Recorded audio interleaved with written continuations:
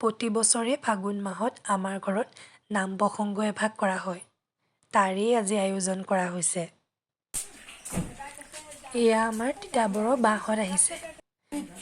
এয়া বা আমাৰ ঘৰৰ ডাঙৰ ছোৱালী। এয়া আমাৰ সৰু বা। তাই পিছে ৰাতিপুৱাই পালেহি। মায়ে আকৌ নামত দিবলৈ ধূনা জ্বলাইছে।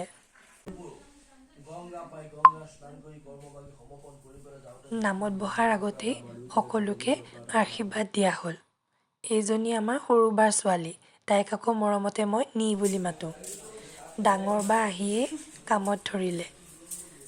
সকলোৱে নিজৰ নিজৰ কামত ব্যস্ত। মই কাটিছোঁ পনীৰ। ভাজিখিনি পিছে ময়ে বনালোঁ। জুইত বনালে সকলো বস্তুৰে সোৱাদটো ইমান ধুনীয়া হয়।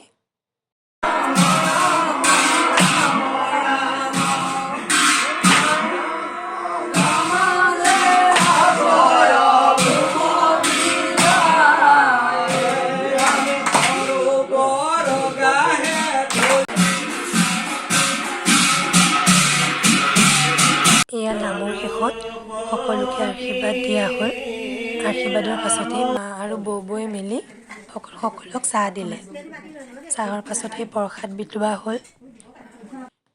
তেখেতসকলক খাবলৈ দিয়াৰ পাছত মণ্টুত দায়ে এয়া আমাকো জলপান আৰু প্ৰসাদ দিলে।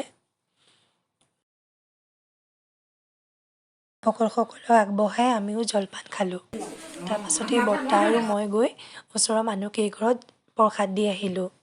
যিহেতুকে আজি খেল হৈ আছে, সেয়ে সকলোৱে মিলি খেল চালোঁ। তাৰ মাজতেই চাহ খালোঁ। চাহ খোৱাৰ পাছতেই যিহেতুকে ডাঙৰ বাহঁত যাবগৈ, সেয়ে সোনকালে ভাতৰ আয়োজনো কৰা হ'ল। সৰু বা পিছে আজি থাকিব। তাই কাইলৈ স্কুল ইয়াৰ পৰাই যাব। ডাঙৰ বাহঁত যাবলৈকে ওলালে। ল'ৰাৰ পাছে যাবলৈ মন নাই।